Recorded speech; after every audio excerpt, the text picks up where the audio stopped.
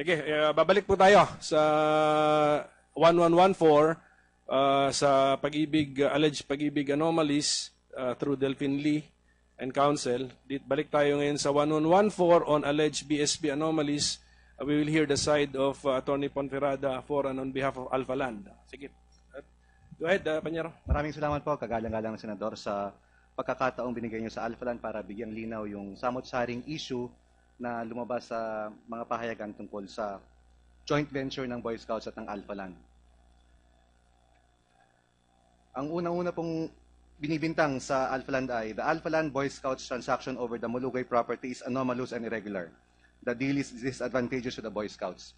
Ang katotohanan po ay, there is nothing anomalous or irregular about this deal between Alpha Land and the Boy Scouts. No matter what anybody says, this is the simple and true fact, which both Alpha Land and the Boy Scouts clearly affirmed publicly during the Senate hearings. This Alpha Land Boy Scouts deal to develop the 1-hectare property of the Boy Scouts at the corner of Malugay Street and Ayala Avenue extension into the Alpha Land Makati Place project is simply one of the best, if not the best deals that the Boy Scouts has ever made. From an initial value of 600 million pesos in 2008, the investment of the Boy Scouts has appreciated in value to more than 3 billion in 2015, or more than 5 times its original investment in just 7 years. This translates to an annual rate of return of 26%. Ang pangalawa pong aligasyon ay, the Boy Scout share is not worth 3 billion. Ang katotohanan po, Mr. Ongpin and Mr. Oreta explained during the February 18th hearing that the 3 billion value of the 15% share of the Boy Scouts investment in the Alpha Land Makati Place project consists of 3 components: the 5-story basement parking, the 6-story podium, and the 3 residential towers. For the basement parking, the Boy Scouts will have 15% of the 1,000 parking slots or 150 parking slots, which are selling for more than 1 million pesos each, or a total value of 150 million pesos. For the podium, the 15% share of the Boy Scouts is the entire 3rd floor, measuring 6,161 square meters. This floor has been independently appraised at 200,000 pesos per square meter and thus has a total value of 1.23 billion pesos. For the 3 residential towers, the Boy Scouts will have 9,208 square meters out of the total net sellable area. The residential units are currently selling for 200,000 pesos per square meter, or a total value of 1.84 billion pesos for the Boy Scouts. If you sum these all up, that is more than 3 billion pesos. Ang sunod pong paratang ay, the Boy Scouts should have gotten at least a 20% share and not just 15% share, since for land development deals, the standard sharing is 80-20. Ang katotohanan po, there is no such thing as a standard 80-20 sharing in property deals. One can check with all the developers out there, SM, Mega World, and Ayala Land, just to name a few. The sharing ranges anywhere from 50-50 to 95-5. It all depends on the values that each joint venture partner is contributing to the project. In this case, the Boy Scouts contributed its 60% share in the Mulugay property valued at 600 million pesos, while Alpha Land contributed the remaining 40% of the property, or 400 million pesos, plus the entire construction costs, then estimated at 4 billion pesos. Thus, out of a total 5 billion pesos project cost, the 600 million pesos contribution of the Boy Scouts should only have entitled them to a 12% share. It was because of the skillful and astute negotiating of Vice Mayor Mercado that Alpha Land agreed to an 85-15 sharing scheme. In fact, today, the total project cost has increased from 5 billion pesos to 8 billion pesos. So the 600 million peso investment of the Boy Scouts should only be equivalent to a 7.5% share. Regardless of this fact, the share of the Boy Scouts has been maintained at 15%. Contrary to what Vice Mayor Mercado has falsely testified before the Senate, the 15% share of the Boy Scouts has never been reduced. Ang sunod pong sinasabi ay, allegation, the Boy Scouts should have bidded out the property. Ang katotohanan po, this point has been grossly misunderstood. This property has been with the Boy Scouts since 1976. Alpha Land only entered the picture in 2008. You can ask the Boy Scouts and they will tell you that they, together with Sime Darby, who was their co-owner then, had been trying to bid out the property before Alpha Land entered the picture. In fact, former Boy Scouts National President and Bulacan Governor Roberto Pagdanganan himself testified to this fact during the last March 12 Senate hearing. According to Governor Pagdanganan, there were several attempts to sell or bid out the property, but unfortunately, no bid succeeded. In 2008, Alpha Land bought Sime Darby's 40% share for 400 million pesos in cash as the entire property, the land, the improvements, and the leasehold rights up to 2026 was valued at 1 billion pesos. Also, as testified by Governor Pagdanganan, this valuation is higher than the highest valuation that the Boy Scouts received at that time, which was around 954 million from 3 reputable appraisers, Asian Appraisal, Colliers, and Cuervo. There was no bidding when Alpha Land entered into the joint venture contract simply because there was no requirement to do so. The Boy Scouts was only declared a GOCC in 2012. Thus, in 2008, it could not have been reasonably expected to follow government rules on procurement. But the more important reason why the Boy Scouts could not bid out the property to another developer is that it had a co-owner of the property, that is, Alpha Land. Any bidding would have to have the consent of Alpha Land. By the same token, Alpha Land could not bid out the property. Any bidding would need the consent of the Boy Scouts. Furthermore, since 2008, Alpha Land has been offering to buy the share of the Boy Scouts at the prevailing market price. The last offer was 1 billion pesos made in 2013. But the offer was rejected as the Boy Scouts decided, and wisely so, that they would rather have a share of the upside. They were smart to do this as there was no downside but only an upside, as Alpha Land guaranteed them at least a 600 million peso return. Next allegation, the Boy Scouts have got nothing from the project to date. The truth, the actual fact. This is incorrect. The third floor of the podium, valued at 1.23 billion pesos, has already been conveyed to the Boy Scouts. And even if it was not required to do so, Alpha Land has been renting a portion of the third floor since 2014. The rented area was increased in 2015. So now, Alpha Land is paying the Boy Scouts more than 600,000 pesos monthly in lease rentals. To emphasize, the agreement is for the Boy Scouts to receive units and not money out of the joint venture. They should be getting square meters and not cash. Next allegation, the Boy Scouts should have taken its share of the residential units at the time of the signing of the contract. The actual fact, it is impossible to have decided on specific apartment units at the time of contract signing, as the design of the project had understandably not been complete at that time. Additionally, the Boy Scouts had no ability to market the property. More importantly, it was commercially smart for the Boy Scouts not to have cashed in earlier, as now they have benefited from the increased real estate prices. Next allegation, the Boy Scouts should just have done nothing and waited for the lease to expire in 2026. Had they done nothing, the property would supposedly be worth 4 billion pesos by now. The actual fact. First, assuming that the 4 billion peso valuation for the property is correct, the Boy Scouts would only be entitled to 60% of that, or 2.4 billion pesos. The Boy Scouts' 15% share is now worth 3 billion pesos in value from the Makati Place project. Second, it was wise for the Boy Scouts to have unlocked the value of the property in 2008, instead of just getting a pittance, a maximum of 140 pesos per year for the entire 1 hectare in rentals for the property as provided in the deed of donation and lease back. Next allegation, Mr. Oreta committed tax evasion and tax fraud. The actual fact, the proper taxes have been correctly paid and there is a tax clearance proving it. There was no tax evasion or tax fraud, contrary to what was claimed during the Senate hearings. In 2010, when Mr. Oreta converted his 5% stake in the Makati Place project to shares of Alpha Land, he was advised that such conversion would result in Noble Care booking a gain which would be subjected to tax. The gain booked was 189 million pesos, for which Noble Care paid capital gains taxes of more than 18 million pesos, and was issued a BIR tax clearance accordingly. Next allegation, Alpha Land did not value the shares issued to Noble Care correctly since they were issued at 10 pesos when they were trading at 62 pesos at that time.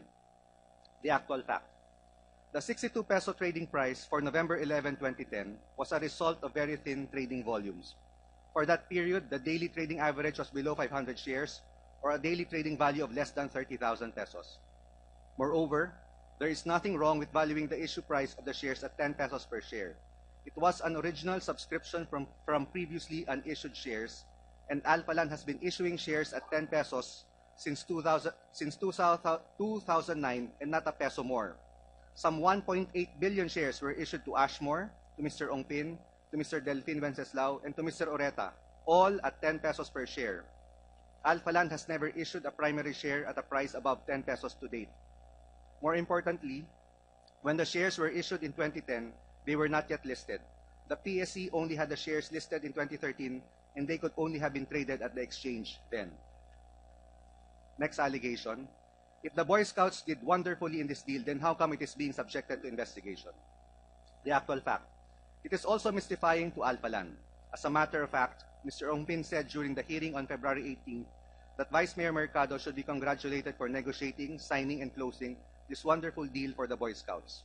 However, instead of being proud of this deal, Vice Mayor Mercado is maligning and criticizing this deal, which he negotiated from beginning to end and which he signed and consummated on behalf of the Boy Scouts for one specific purpose, its ongoing vendetta against Vice President Jejo Marbinay. Next allegation, the Vice President has a 5% share in the deal. The actual fact. As Mr.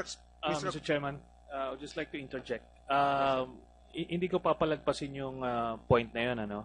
Dahil yung previous statement mo, sinabi mo, yung kay Vice Mayor Mercado should be congratulated, ano? For negotiating this deal up to the end. Pero di ba may amendment nga eh? Ang kini-question natin dito yung amendment dun sa original na negotiation na ginawa ninyo with Mr. Abisado. So, ano yan eh, may, even your presentation, attorney, may deception eh.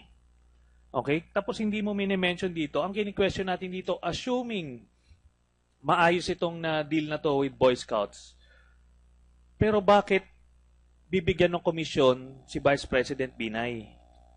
So, yun pa rin, ano, true noble care. Yun, hindi na address yun. Ginogloss over mo yun. So, don't give us your propaganda here in these proceedings, ano? So, I will interject every time makakita ako. I may be allowed to respond, Your Honor.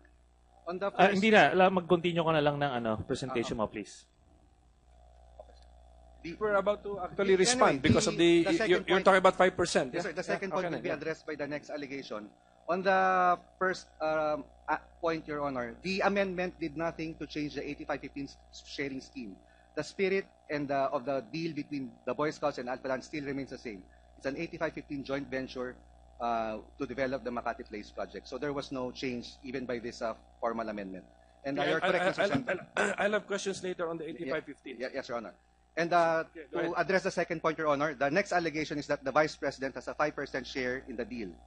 And the actual fact is, as testified by Mr. Ongpin during the Senate hearing, it is Mr. Oreta who has a 5% carried interest in the Makati Place project. A carried interest can be implemented several ways, and the most tax and cost-efficient way to do it was to allow Mr. Oreta to invest in the project at par value in 2008. To stress, Mr. Oreta had a carried interest. It's not compensation, it is not a stock option, it is not a fringe benefit. Then, in 2010, it was agreed that Mr. Oreta would convert his stake in the Makati Place project into shares of stock in Alphaland Corporation since he is the president of Alphaland. Mr. Mercado maliciously alleges that a 5% carried interest of Noble Care was transferred to Vice President Binay. This is completely false. For the record, Noble Care Management Corporation is Mr. Oreta's company. He co-owns it with two other persons who have been his business partners for a long time. Neither Vice President Binay nor any other person has an interest in the company. Since 2005 up to now, only Mr. Oreta and his two partners have beneficially owned Noble Care, and they own all its assets, including the 8.9 million Alphaland shares it received for the Makati Place project. Then and now, Noble Care has owned the shares. They have never been sold or transferred to anybody, much less Vice President Binay, as Mr. Mercado has wrongfully and baselessly alleged. At this point, we reiterate that for his baseless and irresponsible allegations, Alphaland filed a 100 million peso damage suit against Mr. Mercado, in addition to the criminal libel cases filed against him by Mr. Ongpin and Mr. Oreta. Next allegation. Vice Mayor Mercado says that the kickback that the Vice President got through Mr. Oreta amounted to more than 655 million pesos. The actual fact. First, there was no kickback to Vice President Binay or to any other person. Second, that computation is wrong and is a complete fallacy. It is based on a computation multiplying 8.9 million shares of Alphaland with 62 pesos per share, the trading price on November 11, 2010. Those 8.9 million Alphaland shares were only listed in 2013. In 2010, Noble Care could not have sold them even if it wanted to do so, and even if there were willing buyers on the exchange for those shares. The last allegation, Mr. Oreta was asked to waive the bank secrecy law for Noble Care's bank account. He refused. Why? the actual fact. One cannot blame Mr. Oreta for refusing. Why should he waive his rights under the law when there was not one iota of supporting evidence of any wrongdoing? Had there been credible supporting evidence, it is reasonable to believe that Mr. Oreta would be happy to waive the secrecy of that particular account of noble care. He did nothing wrong and he has nothing to hide, but simply put, it is only proper that no one should be forced to waive any legal right just because of unfounded allegations from a self-confessed plunderer. Maraming salamat po, kagalang-galang na Senador, sa pagkakataong ito. Okay, Attorney, Mr. Chairman. Senator Trillanes. Attorney Ponferrada, it is obvious that Mr. Oreta has decided to hang with this, along with his principal, the Vice President. So, ganito ang mangyayari dyan. They're holding on to that possibility that the Vice President would eventually become President. Pero, kung pagpapalain tayo ng Diyos at hindi mangyari yan, believe me, mauuna pa yan si Mr. Babes Oreta na mag-apply to become state witness. At mag-iiwanan yan sa ere. Ganyan yan. Ganyan yung kalakaran. I've seen that before. Kay President Erap, ginawa na yan. Kay GMA, ginawa yan. And it will happen again to the Vice President. Pero, ahadlangan ko yan hanggang sa kaya ko. So, he was given a way out, a decent and a noble way out. But he decided to align with the crooks. So, then, so be it. Gano'n na lang yun, Attorney Ponferrada. Panyero, I have a question sa 8515. No? Sure. Hindi ako negosyante, wala rin naman akong mga land holdings na ganyan na pwedeng i-joint venture na ganyan. Pero yung mathematics ninyo simple, tama. Yung sharing should be based on your contribution to the project. Tama. Correct, Your Honor. Correct. And then, from your point of view, the contribution of the BSP, your joint venture partner, is worth 600 million pesos. Tama? From our point of view and the BSP's point of view, Your Honor. Yes, so 600 million pesos. Yes, Tama? Your Honor. Which was 60% of that 1 hectare property. Correct, Your Honor. Now, ang sabi ng presentation mo, because the total project cost at the time you were contracting was The estimated total, Your Honor, was 5 billion pesos, Your Honor. 5 million? 5 billion pesos. 5 billion? Yes, Your Honor. It's inclusive the 1 billion cost of the land and the 4 billion estimated cost for the construction, Your Honor. So how do you compute the percentage? So, Kung ganyan. sir, the total, ang suma total po ng project cost would be 5 billion.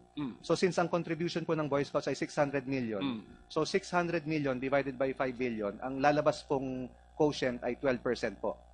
Pero dahil po sa maiging pakikipagnegosasyon po ni Vice Mayor Mercado noon, Okay. napapayag po ang Alpha Land na sa 15% po. Right. Because, okay, kung iti-table na lang natin, no, na sa column sa kaliwa is BSP's contribution, sa kanan, Alpha Land's contribution. Sa BSP, 600 million land, kayo 400 million land plus 4 billion in development cost. Opo. Okay, Opo, yun. Your Honor. Anong proof? Anong proof dun sa, that at the time you were contracting, you estimated your development cost, which will come fully from Alpha Land Opo. at 4 billion. Anong Opo. proof? Meron pong may mga estimate pong ginawa at that time, Your Honor. Okay, do you still have it with you? Nasa records naman po siguro. Hanapin Kasi ko alam mo lang. bakit? Sa notes ko, nung si Mr. Ongpin ang nag-opening statement, yung 4 billion na yun, 3 billion yun. Sa notes ko, 3 billion yun. Ngayon, kung 3 billion yun, ay 600 million versus 3 billion, di ba 1/5 yun? 20%? Hindi. Meron po akong kopya nung opening statement ni Mr. Ongpin po. Hindi naman po, hanapin ko po. That's why, hindi. Kaya nga, let 4 billion din let po. us look at the documents. Apo, sige po. Hindi, kaya nga 4 billion yun 4 billion. Pero ima-minus mo yung 1 billion na lupa Ay, hindi po. Kung pamarapatin niyo po, gagala lang, Senator, babasahin ko po yung opening statement ni Mr. Ongpin po. Hindi, huwag na, mauulit lang. Yung portion lang po na yun. sige, please. As the project was originally envisioned, and I quote Mr. Ongpin during the last February 18th hearing, as the project was originally envisioned, the total construction cost would be 4 billion pesos. If the cost of the land, 1 billion pesos would be added, the total project cost would be 5 billion pesos. this in his opening statement. Opo. So we will check the TSN. Vice Mayor Mercado? Alam po niyo, sir, sasagot lang ako doon dahil pinagmamalaki kasi nila. 600 million lang ang Boy Scout. Sila ng lahat ang gumastos sa construction ng building. Inutang nga po nila, Mr. Senator. So, hindi po, may partisipasyon po ang Boy Scout doon sa pagkakautang kasi 60% of ang ownership po doon sa lote na inutang po nila. Therefore, dapat nga ho, maghahabol ng mas mataas na percentage ang Boy Scout dahil inutang po yun sa bangko eh. So yun ho yung sinasabi ko na nagisa sa sariling Collateral ang lupa. Collateral po ang lupa. Kung hindi po ikinolateral ang lupa, tama po lahat ang magiging claim ni Atty. Ponferrada. Pangalawa, Mr. President, noon hong ibenta noong 2011, maliwanag po ang agreement dyan eh. After the reclassification, idodouble yung 600 million ng BSP na hindi po nila ginawa. O dili po kaya, bago sila nagpirmahan ng sale noong 2011, pinareappraise po yung value ng lupa bago po nagkaroon ng bentahan, Mr. Chairman. Okay, tama po yun, Atty. Ponferrada. In a situation like this, na inutang din ninyo pala yung lupa na contribution ng BSP, don't you change the formula? Hindi po, Mr. Senator, kung maaari po kaming sagutin yun. Yung sa unang puntos po, yung utang po ay utang ng Alphaland. Ang nagbabayad po noon Alphaland at hindi po Boy Scouts. Ni isang kusing wala pong kukunin. Tama po, pero anong collateral? Marami po. It's a whole security package including the land, including including the land. The project, including the land. Including the 1 hectare land. Kasi isa lang po yung lupa na jointly co-owned by Alphaland and the Boy Scouts sa collateral package po. Malaki po yung collateral package. So mali pong sabihin na may bearing po yun sa sharing. Ang mahalaga po, ang Boy Scouts, after contributing the 60% of the land, wala na pong ni isang peso na ina-expect from them. Everything else will be provided for and has been provided for by Alphaland. And as mentioned earlier, the project cost has actually run higher than 4 billion pesos. The construction cost has actually run higher than 4 billion pesos, all of which were shouldered by Alphaland. Not 1 peso was asked from the Boy Scouts, Your Honor. And on the second point, Your Honor, on the amendment in 2011, there was no agreement to double the contribution of the Boy Scouts. Any appreciation in the value of the property in 2011, the project having been started in 2008, should accrue to both partners, and they have accrued to both partners, Your Honor. Vice Mayor, wala naman tayong mapakitang addendum or kasulatan na agreement na i-double. Wala tayo. Wala po tayo. Verbal lang, verbal. Dahil nag-usap lang naman po ng verbal dyan eh. Sino po? Ang matibay po dyan, kami po ni Atty. Ureta, okay. Dahil ang matibay ko pong pinagbabasihan dyan, yung sa reclassification. Tinestify na rin po naman dito no, kung ang isang ordinaryong lupa, ang presyo ngayon ay 1,000 per square meter, na ang kanyang use is industrial. Once na i-reclassify po ninyo yan na maging commercial, may nag-testify naman na po rito na talagang yan ay magdodouble. Yun ho ang aking sinasabi. Okay na po yun. Pero yung agreement ba? Yan lang. Wala naman. Hindi sunat. Wala pong written agreement. Pero sige. Doon lang, Your Honor. Doon lang sa reclassification, Your Honor. Kami rin po ay namamangha kung saan po nanggaling yung issue ng reclassification. Kasi sa liksik po namin sa records, noong 2008 po, commercial na po ang touring sa property na ito po. So yung pagbalor sa kanya ng 1 billion pesos noong 2008, it already took into consideration the fact that it was already for commercial purposes, Your Honor. Iba to. This is the formula of may ordinance sila on how many square meters you can construct per square meter of land. Yun ang binago yata nila. That happened in 2008, Your Honor. It happened in 2012. And that benefit accrued to both parties, and that benefit was not because... Yes. That's a point. It's not really the commercial classification, but yung floor area ratio. Yun ang point ni Vice Mayor Mercado. Anyway, nasa ordinance naman yan na makikita natin. Balik ako dun sa formula. Kung yung 600 million nga ng Boy Scouts ay contribution nila sa project, because of that, may percentage na sila. Tama? Based on the value of your contribution. Tama po, Mr. Senator. Okay. Ang ginawa ninyong collateral. So, ginawa pa ninyong at risk yung kanilang contribution. Posibleng mawala sa kanila yun eh. So, walang consideration yun, additional percentage in the formula, in the sharing formula, because of the fact that they also are now risking their contribution? Maganda po yung sinabi niyo, Mr. Senator, na the asset would be at risk. Precisely to mitigate that risk or to zero out that risk, the Alpha Land gave the Boy Scouts a guarantee. They will get no less than 600 million pesos from this project, Your Honor. That's why in this project, it's equal, it's zero, it's equal, tabla panalo kung sabihin nga sa vernacular, Your Honor. Tabla panalo ang Boy Scouts. It's either they get 600 million pesos as a minimum or they get the upside of which they're getting now, Your Honor. Yun na nga, pero yung guarantee kasi, it will only kick in if you are no longer able to pay that loan. Therefore, you're really in financial trouble. Then, therefore, even yung guarantee mo, baka hindi nyo na kaya na yung i-honor. So, on paper, ang ganda tignan. Pero in reality nga, they are assuming a risk. Don't they deserve additional consideration or compensation or shares because of that strange deal na binibigay ko na yung lupa pero itaya mo pa rin sa utangin mo? It's not a strange deal, Your Honor. It happens normally in transactions like this, and it's not a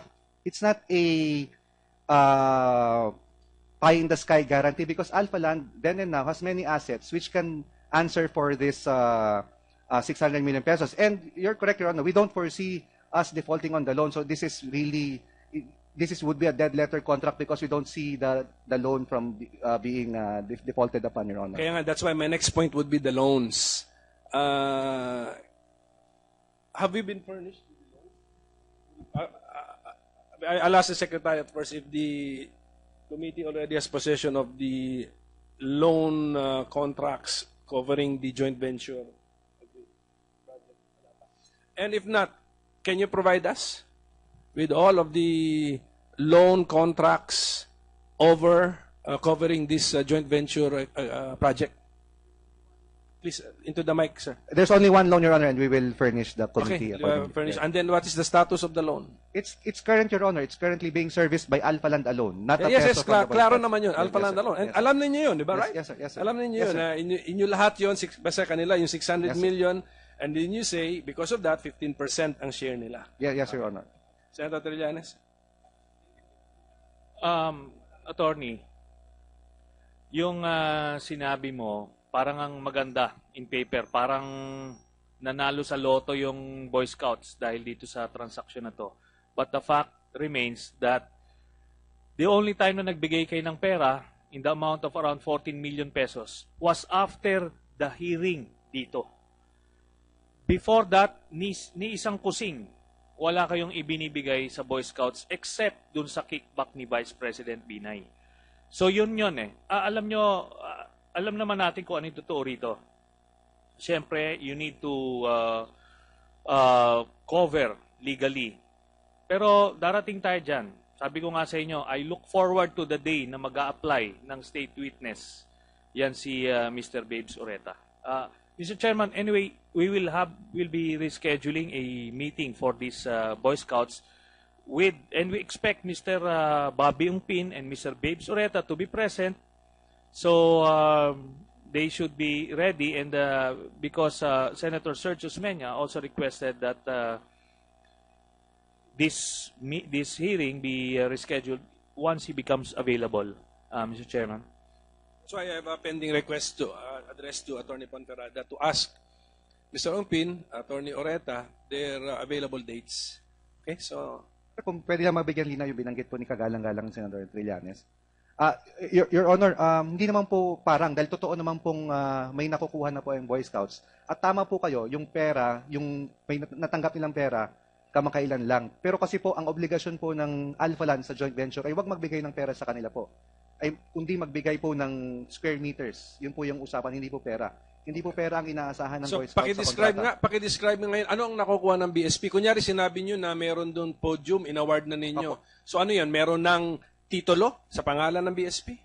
Under process na po yung titulo. Pero under the civil code po, may title na po. There was a deed of conveyance that serves as the civil title over the third floor. But the registered title, that's still under, that's in process, Your Honor. As in any development projects, it will come in due course. But we don't So see may anything. deed of conveyance between Alpha Land and BSP. Alpha Land Makati Place, that's the owner, di ba? What's the owner of the project? The joint owners of the project, Your Honor, are Alpha Land and Boy Scouts, Your Honor.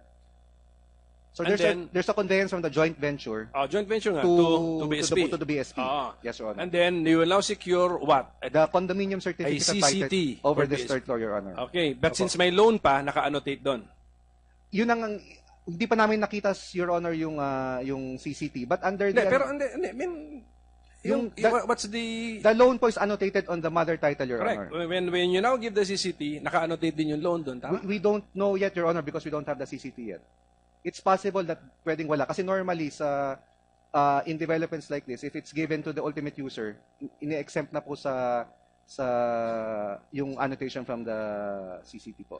So released from the mortgage? That's what we're working on, Your Honor. Saan ngayon yung mortgage? Saan na siya? It's still annotated on the ano, sir. It's still annotated on the mother title of the property and will remain on properties beneficially owned by Alpha Land, Your Honor. Because it's only Alpha Land who borrowed, Your Honor. Okay, with the consent of the creditor, ano? Kasi i-compute basta for as long as covered pa yung ano niya, yung loan, no? The best analogy, Your Honor, I could think of is if you bought a condominium unit in the project, once you get your CCT, it should be already free from the loan. The loan would only remain for the properties belonging to the borrower, Your Honor. But the end user condominium unit buyer should get a CCT that is free and clear. Yeah, it should be, di ba? Yes, Your Honor. And yet, we still cannot say that of the BSP title kasi wala pa. What we're working for... Kailan kaya lalabas yun at gusto natin makita? We don't know, Your Honor. It's also beyond our control. But we're applying with the appropriate register of deeds, Your Honor. You have applied. Is it past tense or future tense? Sir, we've been working on this, sir. Normally, kasi, sir, kailangan matapos muna yung buong project. But because of what has been happening, we've been trying to see if we can get separate CCTs now that even if the project is still about to be finished, Your Honor. But normally, we want to see the title issued to the BSP. Yes, Your Honor. As soon as it's issued, we'll submit a copy. And let us say the CCT does not mention or carry the annotation of the loan. Is it in reality really beyond the reach of the creditor? If in case something happens to the loan and there is a foreclosure on the mortgage, in reality ba yung CCT na yon ay beyond the reach na? That should be the case, Your Honor, because that's the basis of our torrent system, Your Honor. The public should only rely on the face of the torrents title, Your Honor, that there is no other encumbrance, Your Honor. Okay, so, but puro theory ito pinag-usapan natin, ha? Gusto ko makita yung reality. Yes, Your Honor. How soon kaya, Attorney? We're also trying to... Months pa? I cannot really say, Your Honor. Liliwanagin ko lang, ano. Ang inimbestigahan natin dito ay hindi yung project ng Alpha Land. I believe it's a good project. Yung mga bumili dyan at planong bumili dyan, hindi at risk yan. Thank you. Wala tayong pinag-uusapan dyan, ano. Kasi we're not trying to scare away, ano. I believe maganda nga from what I heard yung may city club. Yes, Your Honor. So it's a good project. Ang pinag-uusapan natin dito, yung rightful share ng BSP. Okay? At ang inimbisigan natin, yung kickback ni Vice President Binay. So, it has nothing to do with the soundness of any investment dito sa Alpha Land project. At least, nililiwanag natin yan. Thank you for the clarification, Your Honor, but I hope you don't mind if I say for the record that first, we believe that the 15% share of the Boy Scouts is proper and correct. And to our knowledge and to our records, there's no such kickback to Vice President Binay or to any other public officer or individual. So can the committee be furnished with the original computation of the project cost? The estimated project. Yeah, when you were still dealing and fixing the percentage of the parties. Yes, the estimate made by our project management team right, at way the time. back in 2008. Yes, Your Honor. We'll look for it, Your Honor, and then submit to the Senate, Your Honor. Okay. And then of course yung sa tax evasion, ano, sabi mo Noble Care paid 18 million out of valued 189 million. Anong tawag niyo doon? Capital gains, Your Honor. Capital gains. Your The Honor. capital gains tax, no? Yes, Your Honor. Because of The 189 million was a capital gains from a capital Capital transaction. gains and then capital, so 10% halos. Yes, sir. Yes, sir. And if it were income of Mr. Oreta, that should have been 32%.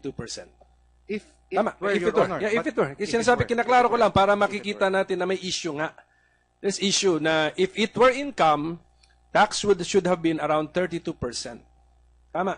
Yes, sir. Yes. Except that If we're it saying were capital gains, then 18 million. Kinumpute na ninyo yun. 10% ba? 10%. It is, yes, correct, sir. okay, It is okay. capital gains because it's the way it was. Yeah, and that's what Documented, yes, that's yes. what you did. The capital gains. Yes, Okay. sir. Okay. But if you're wrong and if it's income, then may shortage tayo ng 22%. Okay? Yan lang. Para lang maklaro na yan yung issue. That is the issue. And we will leave that up to the BIR to determine. Okay? Although, sir, there's a tax clearance for it, sir, which For the capital on the- gains. Yes, yes, sir. Oo nga. But if it were income, wala pang tax clearance but sa income it tax. It could not be both, Your Honor. It's either Precisely. Yes, Kaya sir. nga, you could be correct, you could also be wrong. Di ba? You cannot also be both correct and wrong. Yes, sir. Oh, But we're relying on the tax clearance, which says that. yeah, if you're correct, Yes, sir. then you're cleared. If you're wrong, then mabigat ang problema. Oh, dahil you mentioned the compensation niya yun eh. We did not mention that, Your Honor. Na yung Compensation. 5% yun. We never mentioned. Even Mr. Ongpin did not mention, Your Honor. Now, in his opening We statement, reviewed the as part of his compensation to attract him. But at any rate, it is not up to us to determine. It's not even for Mr. Ongpin. It will be now for the BIR. Based on the definition of income in the NIRC. Di ba? Ano yan? Yes, Your Honor, but we reviewed this opening statement again in the transcript. It was never mentioned in the opening statement that it was compensation. It was just mentioned during one of the senators was asking about questions, and that senator introduced the concept of compensation. But if you go, But it was mentioned nonetheless. Hayaan na natin yung BIR. yeah, Sumintensya doon. Hayaan na natin. Mr. Chairman, I think we'll just have to reschedule this particular portion of the hearing, which is the BSP, so that we can proceed with the other... May we know for the record why the BSP personalities are not around this morning? Director General Kimbo, please.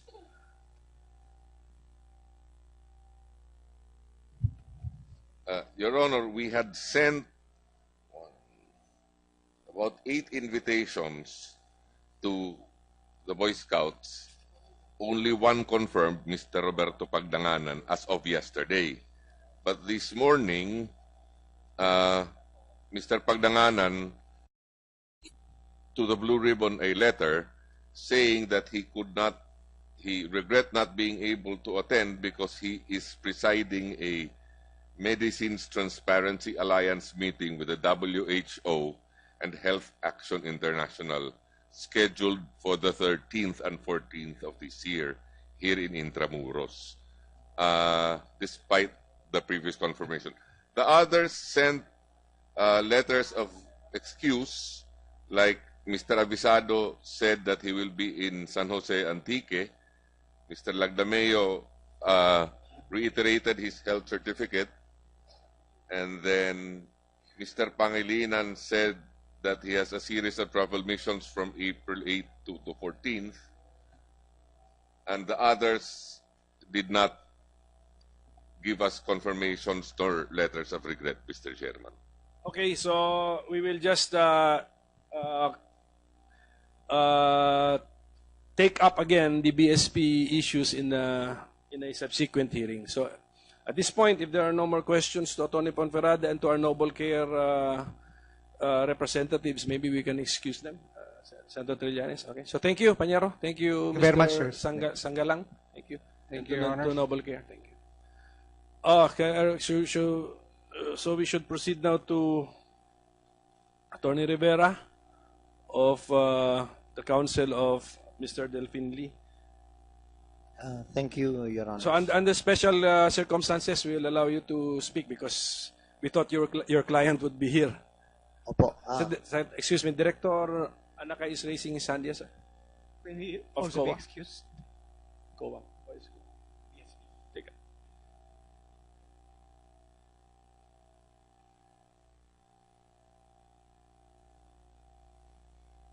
You were called here to testify on the BSP Alphaland, no? Yes, sir. Are you ready to make some contribution? inputs? May I would just like to inform the body that we have referred the request of Senator Trillanes to our fraud audit office. to your Fraud audit office. fraud audit office. That's all you can report for today? Wala na pong iba? Sige, so who's with you? Ikaw lang, no? Director Anakay, please. Okay, thank you, sir. Thank you for your presence. Let's suspend for a minute. Project cost, the 600 million pesos contribution of the Boy Scouts should only have entitled them to a 12% share. It was because of the skillful and astute negotiating of Vice Mayor Mercado that Alphaland agreed to an 85-15 sharing scheme. In fact, today, the total project cost has increased from 5 billion pesos to 8 billion pesos. So the 600 million peso investment of the Boy Scouts should only be equivalent to a 7.5% share. Regardless of this fact, the share of the Boy Scouts has been maintained at 15%. Contrary to what Vice Mayor Mercado has falsely testified before the Senate, the 15% share of the Boy Scouts has never been reduced. Ang sunod pong sinasabi ay allegation, the Boy Scouts should have bidded out the property.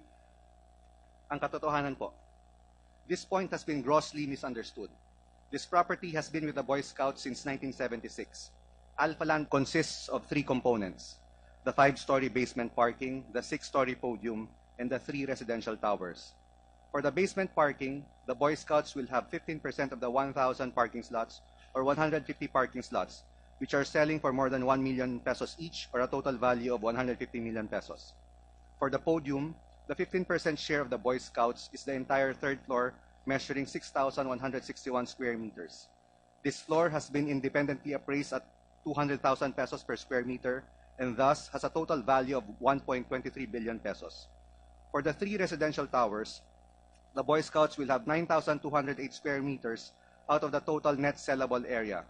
The residential units are currently selling for 200,000 pesos per square meter, or a total value of 1.84 billion pesos for the Boy Scouts. If you sum these all up, that is more than 3 billion. Sige, babalik po tayo sa 1114 sa pag-ibig, alleged pag-ibig anomalies through Delphine Lee and Counsel. Balik tayo ngayon sa 1114 on alleged BSP anomalies. We will hear the side of Atty. Ponferrada for and on behalf of Alphaland. Sige. Go ahead, Panyero. Maraming salamat po, kagalang-galang na Senador, sa pagkakataong binigay niyo sa Alphaland para bigyang linaw yung samot-saring issue na lumabas sa mga pahayagan tungkol sa joint venture ng Boy Scouts at ng Alphaland. Ang unang-una pong binibintang sa Alphaland ay the Alphaland Boy Scouts transaction over the Mulugay property is anomalous and irregular. The deal is disadvantageous to the Boy Scouts. Ang katotohanan po ay there is nothing anomalous or irregular about this deal between Alphaland and the Boy Scouts.